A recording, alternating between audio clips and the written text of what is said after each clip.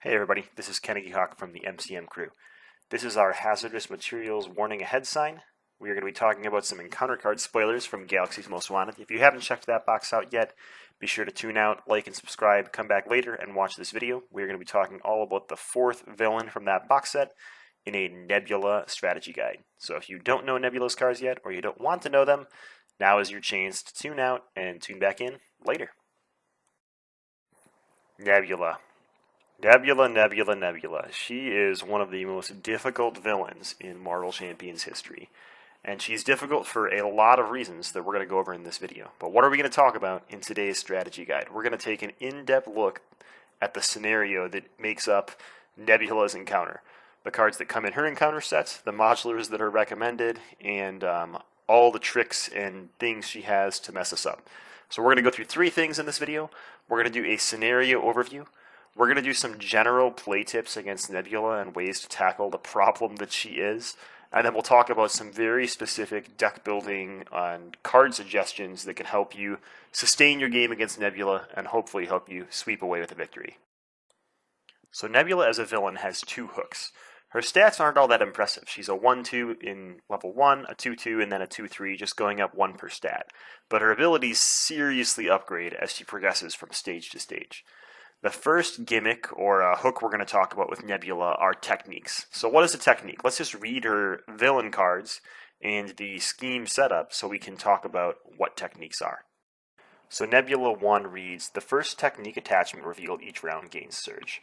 So that's the first for the entire table. That's going to be 1 surge in a 4-player game, 1 surge in a solo game. So that makes her very hard to scale in solo because you're going to surge every turn and it's not going to jump around the table who's surging. She also has a forced interrupt. When Nebula initiates an activation against you, so that's an attack or a scheme, resolve the special ability on each technique attachment in play. Then discard each of those attachments. So stage 1, you're going to be getting rid of all these attachments. That kind of implies that more than one could get out there. But if we read stage 2, things get drastically worse. So at the end of a standard game or at the beginning of an expert game, just like with Ultron, you're going to be caught in a real pickle. So the level 2 version says the first technique attachment each player reveals each round gains surge. So that means in a 4-player game, you could get 4 surges just from Nebula's, I was going to say hero ability, but that's obviously a villainous ability. Her forced interrupt also changes. So now when she initiates an activation against you, you resolve the ability on each technique upgrade, but you only get to discard one of them. So if she gets to 3 or 4 techniques, those are going to hit 3 to 4 players before they're all gone. It's going to be like 1 less after each player's activation, which can be really, really obnoxiously brutal. The level 3 version, again, is worse. It's not severely worse, but it isn't great. The surging techniques works the same way, but now in order to choose one of those technique attachments that you're going to discard, you're also going to have to remove the top card of your deck from the game. From the game, that's important. You're not just discarding this card. You might be getting rid of the key combo from your deck for the remainder of the game. So when you are ready to go to Nebula 3, you're really going to want to be able to burn her down because you do not want to have to trigger that ability a ton, or it can really monkey with your deck building. So we haven't even talked about what a technique is yet, but you're going to find out right away when you set up the scenario. So her main scheme, 1A setup, has you put Nebula's ship environment into play, which we'll talk about soon, and the Milano support into play. You're going to attach the Power Stone to Nebula, and you're going to discard 2 cards per player from the encounter deck, and attach each technique attachment discarded this way to Nebula. So let's take a look at what these technique attachments are and what they do. And here you go. So I actually have all 8 techniques that are in Nebula's deck right here on this slide. So there are going to be 8 attachments in her villain kit that are these technique attachments.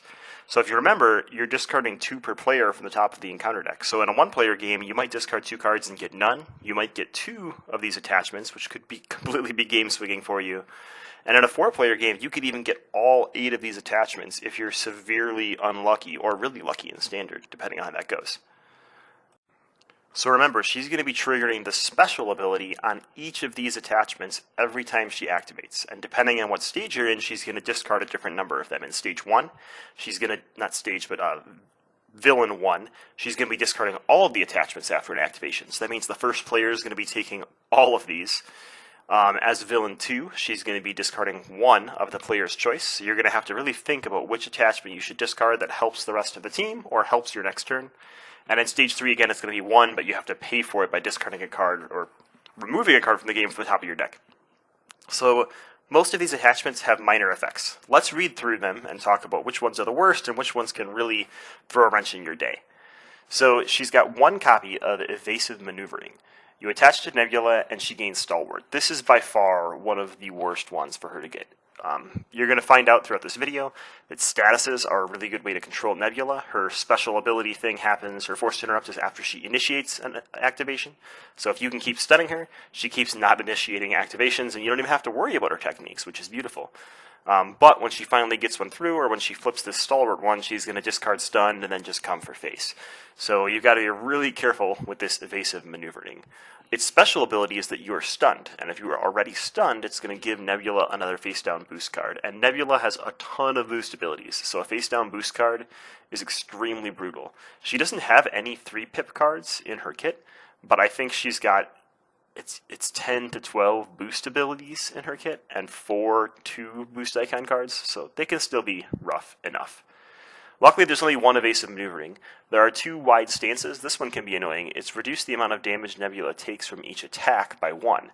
Note, this is only from attack sources, so like Squirrel Girl pinging her or Black Panther's Energy Daggers pinging her isn't going to get reduced. But basic attacks, event attacks, ally attacks, those are all going to get reduced by 1. And she could have 2 wide stances out, reducing all her damage from attacks by 2, which is extremely obnoxious. This one is a little bit worse as a special, because that special ability that's going to trigger each time she activates is discard 1 card at random from your hand. Random is the word we would use to describe Nebula. She likes to do random things and burst up and destroy you, and this is one of the ways that she does it. We have 2 copies of Cutthroat Ambition. Nebula cannot take more than 5 damage from single attacks. This means like doing large chunks of damage can be really, really difficult unless you find a way to get rid of that attachment.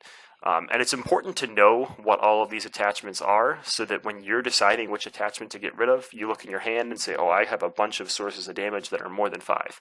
I gotta get rid of Cutthroat Ambition as my choice if I only get to pick one attachment to discard. Again, the special here is to place 1 threat in the main scheme. This can be really brutal because you'll note on all 8 of these techniques, the boost ability is after this activation, attach this card to Nebula and resolve its special ability. So on an attack, Nebula can place a threat on the main scheme. And I know a lot of people, and especially in Nebula, end up having to ride that edge where you're 1 threat away from popping the scheme, or just a few threat away from popping the scheme. And if she flips this up on the first player, and it's a 4-player game, you might have to discard this one, or it's going to place 4 threat on the scheme throughout the turn. So real brutal. She's got 2 copies of Unyielding Persistence. Again, this is another one that gives her Stalwart, so she has 2 chances to get Stalwart, which is really annoying. But this one gives her a tough status card. It doesn't stun you. Again, she can get that extra boost card, which is annoying. Note there's nothing here that can confuse you, so thwarting is very powerful in this scenario, but still that Stalwart can really mess up your stun and confusion. You really want to know where Evasive Maneuvering and Unyielding Persistence are. Finally, we've got 2 copies of Weapon Mastery. This one's real annoying, but is probably the least annoying of all of them. Nebula gains Retaliate 1. The nice thing about this one is when it comes up as a boost ability, it's really just a 1 boost icon card, which no one's going to complain about unless it kills them. But it's not like a 3 boost icon card. It is annoying because once you're in stage 2 and 3, you have to choose to discard this one or it's pinging everybody for 1. And it can still be a little bit perplexing. Note that all of these boost abilities are, after this activation ends, attach this card to Nebula and resolve its special ability. It's not reveal this card. And Nebula's ability says the first attachment revealed, or the first attachment revealed by each player, is what surges. So the boost ability on these is not going to make them surge. So you might notice that all of her techniques have kind of minor abilities, but they're a major pain in the butt because you keep getting these surges when they're drawn not as boosts, and they just kind of go bonkers and like make her activation very heavy and very overbearing.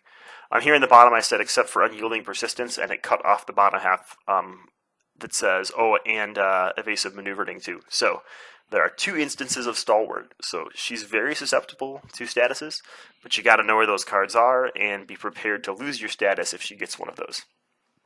All right, moving on. So we talked all about technique attachments, but Nebula's actually got 2 hooks in her scenario. Like a lot of the Galaxy's Most Wanted campaign scenarios, you're going to be piloting a ship and sort of in this dogfight combat with Nebula's ship. How that's happening while you're fighting Nebula with fists is a good question, but we'll leave that to the theme experts to figure it out. But you have a second mechanic you have to balance on top of these surging, annoying, frustrating, always coming back techniques, and that is dealing with Nebula's ship. So this is an environment that is put into play at the start of the game. It says when the villain phase begins, place 1 evasion counter here. Okay, not a big deal.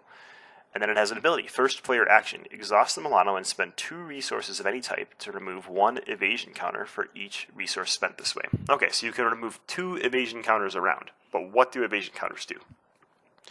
Let's look at her main scheme 1B side. It pops at 6 threat per player. It starts at 2 threat per player, and it goes up by X per player per turn. X is equal to the number of evasion counters on Nebula's ship. That's never going to be a 0, because you always place 1 right before this trigger happens and you place your threat per turn. So if you let that sit with 2 evasion counters on it and you place that 3rd one, this scheme's going up by 3 per player. In a 4-player game, that's placing 12 threat. That is bad.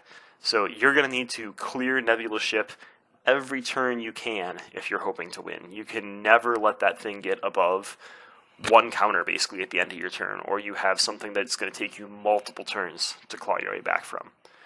What's worse is this continues in her second scheme stage. So 2B is the same thing, 9 per player it's going to pop at, but it starts at 3 per player, and it's going up X per player again. So if you let the main schemes pop the first stage, because it has 4 per player on Nebula's ship, there's no mechanic that clears her ship between phases for you. You're stuck in that hole with it starting with 4 per player in the next phase, which can be absolutely brutal.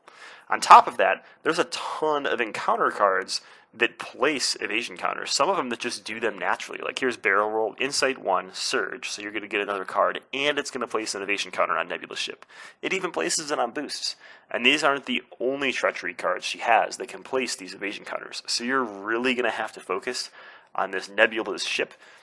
In multiplayer games, we call it paying your taxes, because it's going to move around the table, and the first player's got to spend those 2 resources getting rid of it. They cannot afford not to. And it's not something you can use Helicarrier for or anything like that. You have to spend 2 resources of any type. It's great with people that have those resource generators, like Captain America. You get those 2 super soldier serums down, and they are just a Nebula ship every round. Unfortunately, this means you're not going to be using the Milano for a lot of fun. You're not going to use the Milano for resources.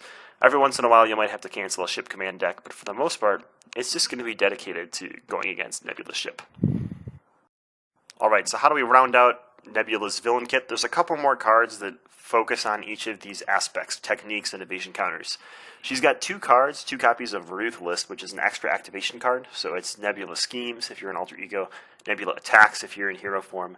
The kicker here is if she places threat, so if you don't avoid all of it, you're going to place 1 evasion counter on Nebula's ship. This is absolutely brutal. This is game-breaking, right? If you have this happen and she gets the boost ability from Barrel Roll and places 2 evasion counters from this 1 card, you may as well scoop and start over, because it's going to take you 4 turns to claw back from that, and at that point she's probably blowing you out of the water. Same thing in hero form, like if she deals damage, place an evasion counter. You cannot let that happen. So you've got to make it so she does not deal damage. And it's not if she deals damage to you. If damage is dealt by this. So even if she hits into an ally, she's dealing damage. So toughness, really good at avoiding that damage. And things like counterintelligence and foiled, or combinations of the 2, really good at counteracting Ruthless. She's got 2 copies of Combat Ready. Discard cards on the top of the encounter deck until a technique attachment is discarded. Reveal that card and resolve its special ability. So you're going to resolve the special ability right away, which could discard a card from your hand or place threat or whatever. But since you're revealing this card, if you haven't revealed a technique already, this card's going to surge. So you're getting a technique put out, you're surging into a new card, and on top of this, you're discarding a ton of cards from the top of the deck, because even if the villain deck is 40 cards thick, or only 20 cards thick, only 8 of those cards are techniques. So you're going to discard several cards before you get to it, which can be a real pain in the rear end.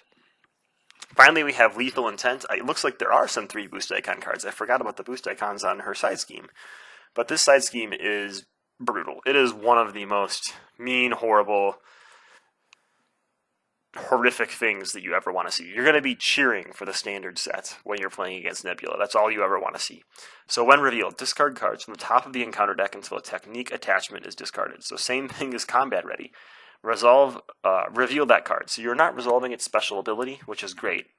But the problem is you're getting Lethal Intent out there, which has 2 threat per player and a hazard symbol. You're going to go fish out a technique, and that technique might surge if you haven't already revealed one. That's brutal. That means you're getting a side scheme, you're getting a technique, you're getting another encounter card, which could be another copy of Lethal Intent, and you got to remove that threat or you're getting an extra encounter card next turn. So drawing this 1 encounter card can lead to 4 encounter cards if you can't remove that side scheme. Brutal. Just be ready for surge. Nebula is a surging monster. Alright, so let's spend some time talking about the different modular sets that are recommended with Nebula. Some you have to use, like the Power Stone. Just her setup on her scheme requires you to attach this to Nebula. It's going to make her stats somewhat more reasonable. Instead of a 1-2, she's now going to be a 2-3 because she's going to have this permanent +1/+1. The cool thing is that when a hero or villain deals 3 damage to the character that this stone is attached to, they steal the stone from that player. So you can put the Power Stone onto a player, and you need to put it onto a player that makes sense for your team's strategy. A lot of times, we like to put this onto a thwart hero. There's a typo, that was great. Because thwarting is going to be really essential. You cannot let that first scheme complete, and we're going to see why pretty soon. But a lot of times we try to get this onto the thwarter. If we're doing some kind of rush technique, we might try to get it onto the attacker, but the general idea is get it onto someone and then never let that character take 3 damage. There's no penalty for holding the Power Stone on you. In some of the other encounters in Galaxy's Most Wanted, if you hold onto the Power Stone, the villain gets bonuses against you. There isn't any of that in this scenario. So get the Power Stone, keep it, chump block for that character, have your protection character block for them, do whatever you need to do to make sure you're getting that bonus 1 as many times as you can. Next up, Space Pirates.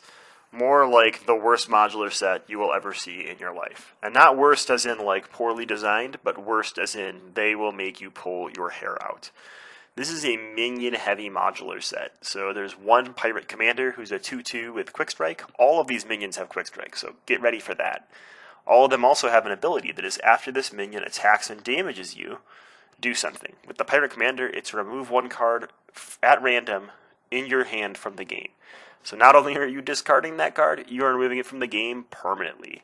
And Pirate Lackey is very similar. After this minion attacks and damages you, remove the top card of your deck from the game. So this combined with Nebula 3 means you might remove 10 cards from your deck from the game throughout the process of the game. And that is brutal and game ending. It's really bad when something like Iron Man's tech upgrades get stolen early due to some horrible pirate commanders hitting him when he flips too soon. So really pay attention to them. Be prepared for this Quick Strike, whether you're blocking with an ally or whatever. You don't want to be damaged. On top of that, they come with a side scheme that's 2 per player. Each enemy gets +1 attack. So not only is this going to help those pirate commanders deal damage to you, because now they're all pirate commanders and lackeys are attacking for 3, it's also going to pump up Nebula, which makes it harder to hold on to the Power Stone. So be careful leaving this side scheme out. It seems fairly not horrible, and then all of a sudden it just changed into something that's really bad. Finally, the sleeper card in this is the Treachery, Honor Among Thieves. When revealed, discard cards from the top of the deck until a criminal minion is discarded. So all 4 of these are criminal minions. Reveal that minion, so then it's going to Quick Strike you, then give that minion a tough status card, and the villain 1 face-down boost card. So it's giving the minion a tough, so it's harder to get rid of this Quick Striking minion. It's Quick Striking and probably stealing a card from you. And it's giving Nebula a face-down boost card, which we know lets her surge and go all sorts of crazy into more techniques. So be very, very careful with this Treachery. It is definitely one you want to consider canceling. And finally, we get to Ship Command. I won't focus on Ship Command too much. It's been in a ton of videos and in a ton of scenarios, so you probably know how it works. The thing I'm going to tell you is say goodbye to using the Milano as a resource and something exciting for the first player. The Milano is now a tax. When that gets passed to you around the table, you are most likely removing counters from Nebula's ship. You can't afford not to. The one exception to that is if Rogue Vessel comes up. this is a card that has to be removed. It's going to surge and start dealing damage to characters, and that combined with Nebula's techniques is just too much direct damage to your characters to take, that all of a sudden you can't stay in hero form and things just snowball into a Nebula victory. So if Rogue Vessel does come up, you got to consider using the Milano and figuring out how you're going to keep things off of Nebula or hold the threat at bay. Alright, that was a lot of horribleness. So what do we do? The first thing I'm going to tell everybody to do is, before even listening to the rest of the strategy guide, I've already given a couple tips that I'm going to repeat here in a minute. Go set up the game and play it once, and experience Nebula in her true form, which is just raw, surging power beating you senseless. It's really brutal. Nebula is one of the hardest, if not the hardest scenario, because she's not just pure numbers like Ronin, she is sneaky and surgy and bursty and also capable of just falling flat on her face in front of the heroes so you can laugh. So play a game, see how it goes. Next, lay down, try not to cry, fail at that too because you probably just lost to Nebula in a heroic fashion. You're going to be playing standard and feel like, I thought I just played a heroic 7 because so many triggers happen during the villain phase. Next, reminisce about that last box, Rise of the Red Skull. Deal with it. That box was awesome. So you're going to say, wow, I wish things were more like Zola and Red Skull now, because Nebula is a monster. And then you're going to pick yourself up, watch the rest of this video, and let's win this thing. Let's figure out how we can beat Nebula consistently or semi-consistently is what I would say.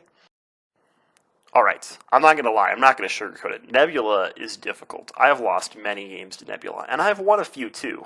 More than a few, I would say. But she can be incredibly frustrating. Even for the most veteran LCG players, you can play all 3 co-op LCGs and the competitive ones and come up to Nebula and just lose consecutively.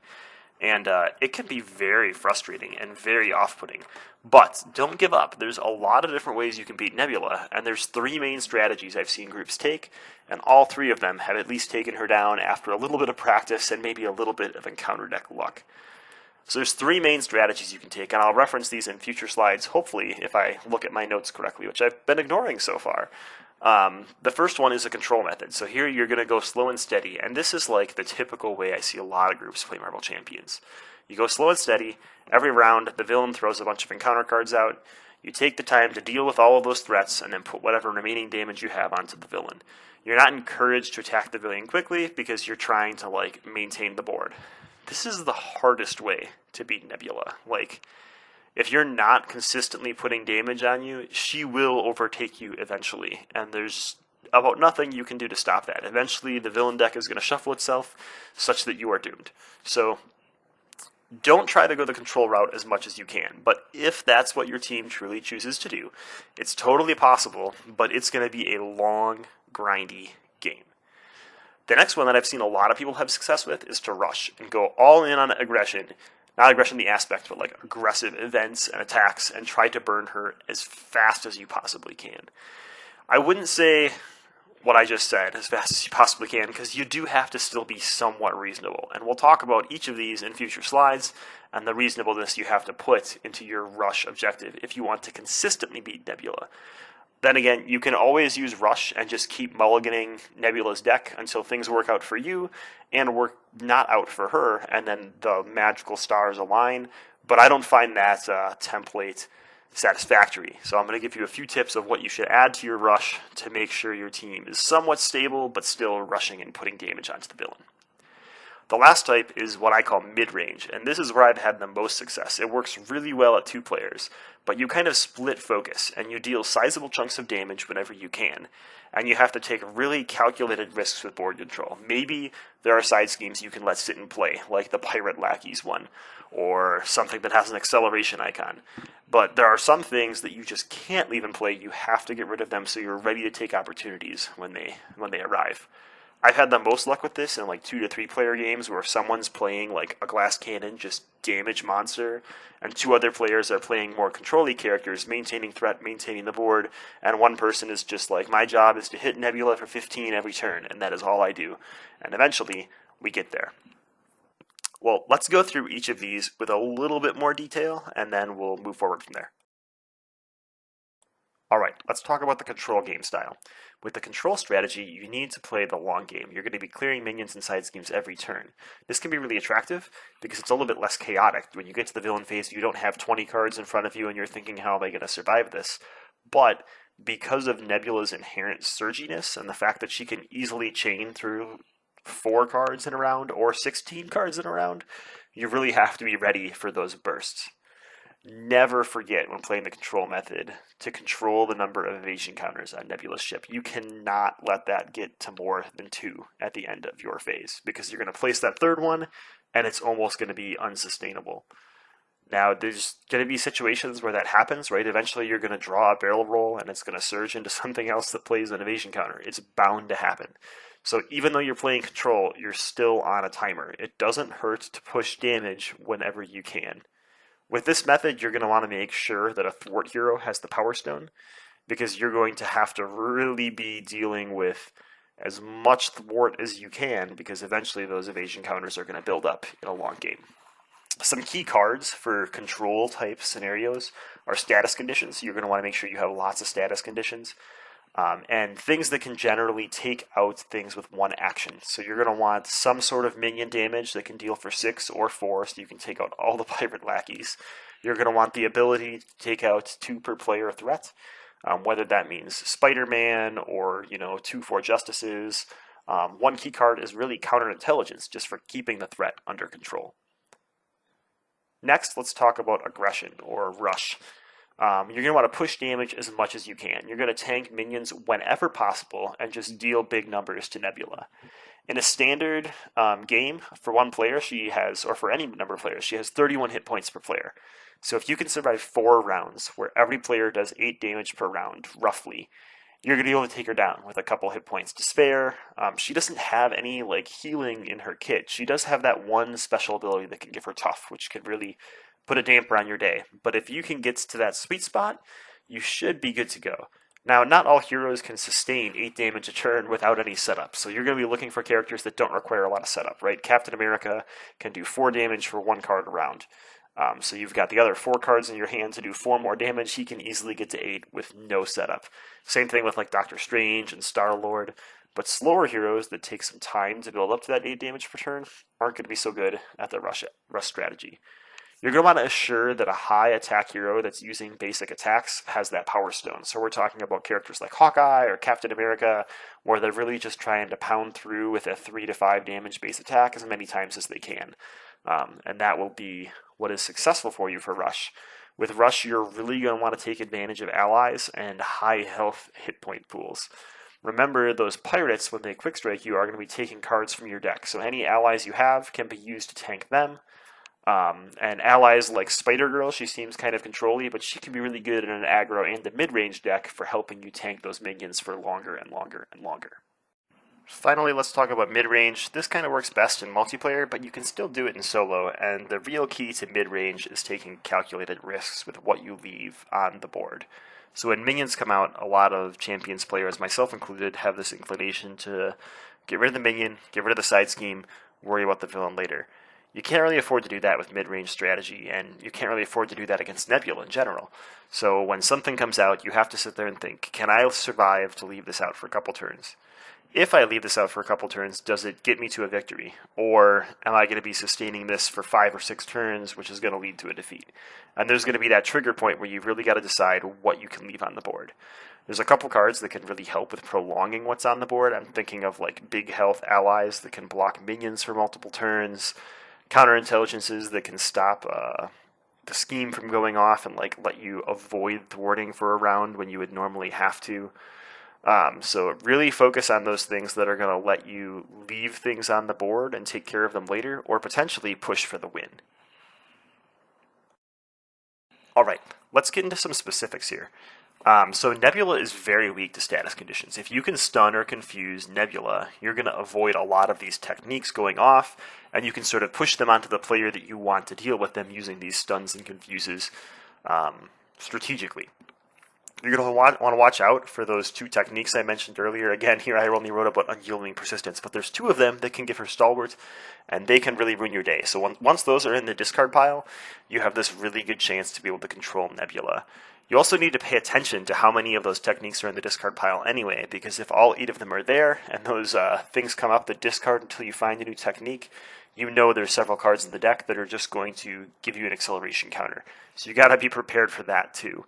I would say ultimately against Nebula, encounter card knowledge is like the most valuable and important thing you can do. So just getting repetitions against her, playing against her until you really know her encounter deck in and out means you're going to know when she's at a point that's at a disadvantage for her and an advantage for the heroes, or you're going to know when you're on the back burner and you need to focus on defense for a while. A lot of times I find when like 6 of her techniques are in the discard pile, or when both copies of her extra activation are in the discard pile, I'm in a really good spot to really push some damage.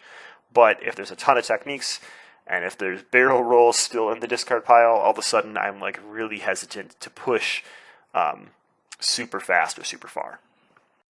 Another key to Nebula that's really a key for all villains in Marvel Champions is really consider when you flip from villain stage 1 to villain stage 2 or villain 2 to villain 3. Villains almost always get stronger as you get further into the game, and Nebula is no exception. Her stat boosts are pretty reasonable. Going from 1 to 2, Nebula is going to get 1 extra scheme. But all of a sudden in multiplayer, you could have 4 potential surges instead of 1, which is devastating, and you're only going to get rid of 1 technique.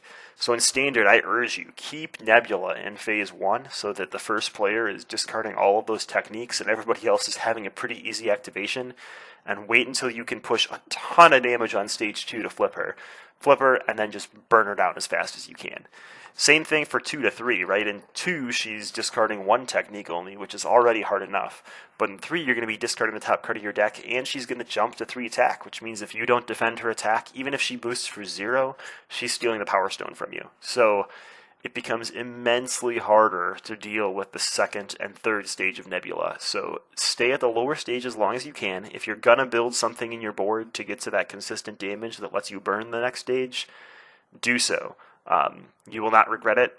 At the same time, you can't linger forever because the evasion counters are going to come. You're going to draw barrel rolls, you're going to draw the extra activations, and you're just going to have to deal with it at some point.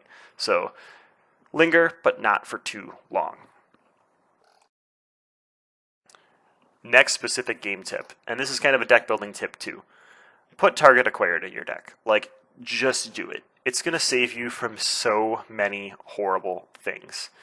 There's a lot of boost abilities, not even including the Space Pirates set, where you can cancel like a side scheme and you can cancel the minions giving extra boost cards. Just Nebula's kit alone has boosts that are worth canceling. Barrel roll is the #1 target. Place 1 evasion counter on Nebula's ship.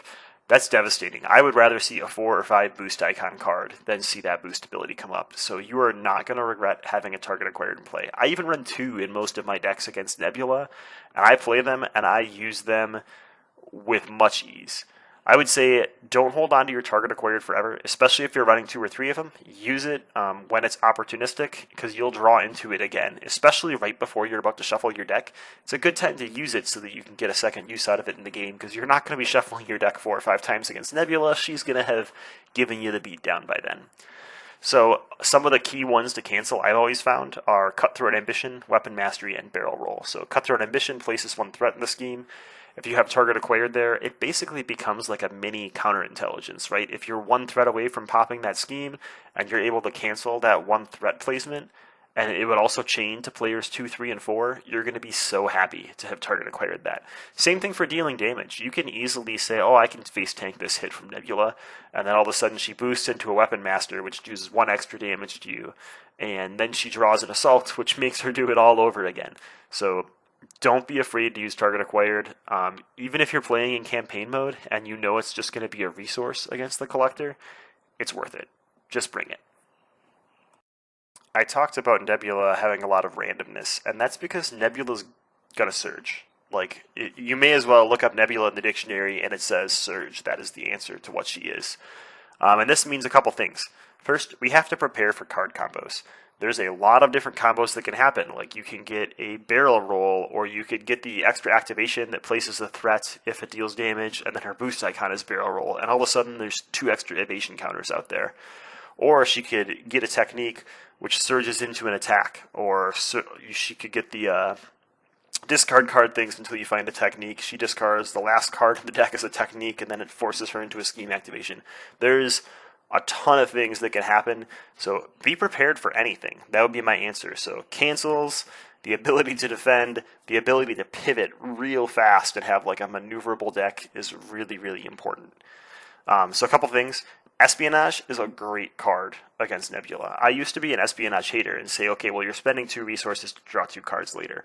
Well, just like Nebula is very bursty, a very bursty hero can be very good against Nebula. She has all those things that limit how much damage she can deal, but if you can catch her with her pants down with none of those techniques on her, all of a sudden you can just pile on the damage with the bursty hand. So if you're a spy character, put Espionage in your deck. You will not regret it.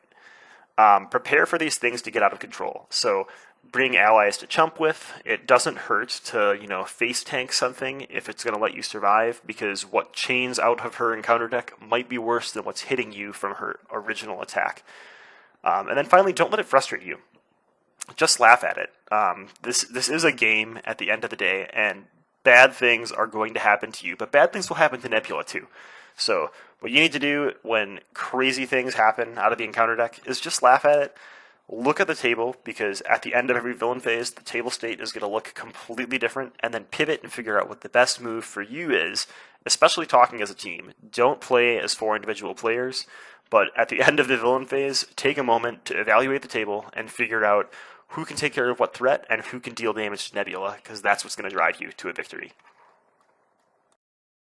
I think I've mentioned this a couple times now, but you can never ignore evasion counters on Nebula's ship. And you can never, I repeat, never let the first scheme flip. I'm looking through all my recorded plays, and of the victories I have, almost every single one, we were still in scheme 1B. We have 2 victories in our log where we actually flipped to stage 2, and it was more like we let it flip to stage 2 because she had 3 hit points left. Then it's probably okay. Let's talk about why. So she has these evasion counters that are building up a Nebula's ship. And let's say you let scheme 1 progress because you accidentally left 1 counter on Nebula's ship, you placed 1 on at the beginning of the phase, and it went up 2 per player. What happens on the back of 2A is you place 2 more evasion counters onto Nebula's ship, so you're now up to 4 counters on that ship. And remember, you can only remove 2 per round. You're going to discard cards from the top of each player's deck and the encounter deck. That really doesn't matter. It's not super painful compared to the 4 threat per player that is now going on to the main scheme. On top of that, you're starting at 3 threat per player when you get to 2B, so it's basically like you flip the 2A, you place 2 more evasion counters, and the villain schemes for 12 in 4-player mode.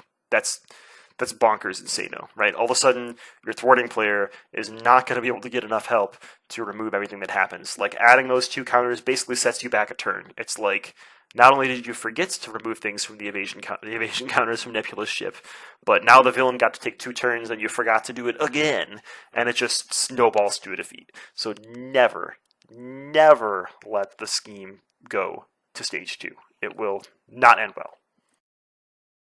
All right.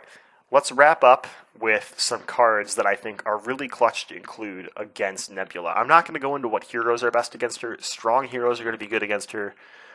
Weaker and more difficult to pilot heroes are going to be harder against her. Generally, heroes that don't need setup are what you want. But hero agnostic, here are some cards that will help you against Nebula. Spider-Girl, I've mentioned her. She is like the MVP of Galaxy's Most Wanted, and I have come to appreciate her. 2-cost allies are always great, but the fact that you can stun and confuse a minion means you now have 2 turns to deal with this minion before 3 turns, really, because you could spend a turn where they're stunned and they don't attack you. Then you can spend a turn in Alter Ego where they're confused and they don't scheme, and then you flip back up, and that's the first time they're going to activate. So the longer you can put off those minions, the more damage you can just pound Nebula with. You might not even have to take care of the minion if you leave it off that long. Sonic Rifle, Confuse is going to be really important. You can basically not flip to Alter Ego unless you're, super prepared for it. You certainly can't have 2 players flip to Alter Ego, so having that confusion on, a oh crud button someone needs to flip down is really, really, really, really, really, really, really, really, really important. Mockingbird, again, we're talking about statuses here. Statuses are great. Mockingbird is the queen of status conditions. She can put a stun on Nebula, block for the next person, or block a space pirate when they come up, and then block the next person. That's honestly my favorite use for Nebula. Is she comes out, she stuns the villain, she sits on the board until a space pirate comes up, so I can avoid that space pirate quick strike, and then she's got one more block to take care of Nebula for me. So she can basically activate against 3 things, which is great. I put bait and switch here, which is a little weird. So one of the things with Nebula, especially stage 1 standard Nebula, is she discards all of those attachments when she activates. But you don't get to pick who she activates against, right? She's going to activate against the player 1 player. And a lot of times, if protection player is player 2 through 4, that can be really annoying, because she's going to resolve all those special abilities, and you might be the person that can handle them, but you're not the person she's going to activate against. Bait and switch allows you to choose, basically, hey, activate against me. Discard all your techniques so we can get them back into the discard pile, or discard all your techniques so you don't kill my player 1, because they don't have the chance to flip down to Alter Ego right now. So the villain attacks me kind of cards can be really strong against Nebula. At the same time, those boost abilities are so nasty, you basically don't want to play this without... Yup, you called it, you love it, target acquired. You are going to want target acquired in every player's deck to cancel all those boost abilities. If you can shut down the nastiest boost abilities Nebula has, she becomes child's play. So be sure to include target acquired, be sure to play it when it comes out. On the topic of canceling, things like Spycraft, really, really important. Say goodbye to Barrel Roll. You belong in a different franchise, because Spycraft will never let it come out. It will avoid the Insight, it will avoid the Surge, it will avoid the When Revealed effect. You will draw something else, and it will hopefully be something better than another Barrel Roll. Counterintelligence, again, this is a great Oak Rud button. I recommend this in almost every Justice deck, at least as a one-of. But specifically in Nebula, you're going to have turns where this is really going to let you take those calculated risks. Okay, I can allow myself to not do evasion counters this turn. Not that that's ever a good idea, but you could choose to do it if you have counterintelligence and it buys you something that lets you really push damage into Nebula or control the board in some other way. Finally, I have Reinforced Suit on here. I had to put something in for leadership. I would say Make the Call, but that's like a no-duh. I do really like Reinforced Suit. It's basically a preemptive first aid, but first aid you have to have in your hand at the right time. Reinforced Suit you just put down whenever you have an ally out. So let's go back to that Mockingbird example. I said Mockingbird could do 3 things, right? She can stun the villain, she can block one of those minions because they all have 2 attack, and then she can block for Nebula. Well, if you put Reinforced Suit on her, she can now maintain a minion for 2 turns and then block for Nebula. So she's doing something for you for 4 turns. If you can play Mockingbird and leave that minion out there and just push all of that damage onto Nebula, it's going to lead to a pretty sweet victory. And that about wraps it up for us. Unfortunately, this is the best strategy tips I can offer you. Nebula is a tough cookie, and let's not pretend that she's going to be easy. So let's just wrap up with a review of what we talked about. Bring lots of status conditions. Pretend she has steady that amount of status conditions. You are going to want to status condition her, and status condition her, and status condition her.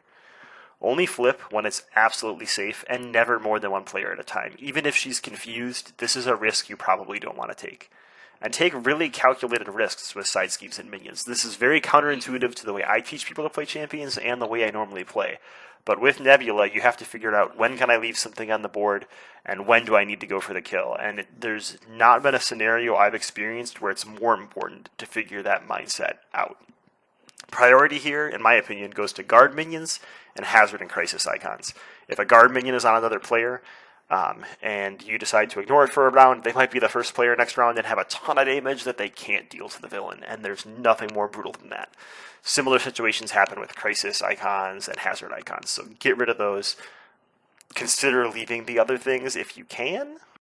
Constantly keep track of Nebula's 8 techniques, but not only that, but her barrel rolls and her extra activation cards, anything that can place an evasion counter.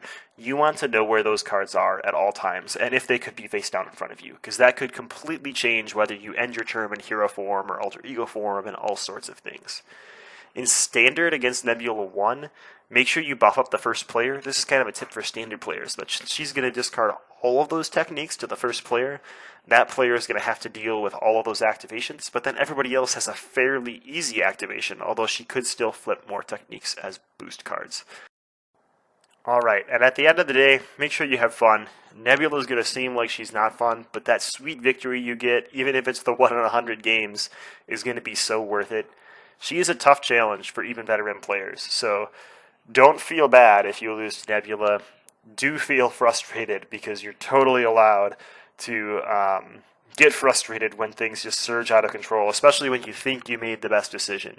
Make sure to take notes on your games. That's something that I've learned to do that has really helped me elevate my game, is taking notes when I suffer a loss on why I suffered the loss. Was there something I could have done differently that would have prevented it? Let me try doing that in my next game.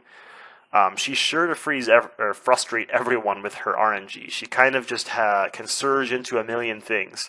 But hopefully, with these tips in this way longer than I had planned video, can help you squeeze out a win. So be sure to let me know in the comments below what your favorite ways to defeat Nebula are, and what tips and tricks you would offer people to make sure you can take down this cybernetic criminal of a villain.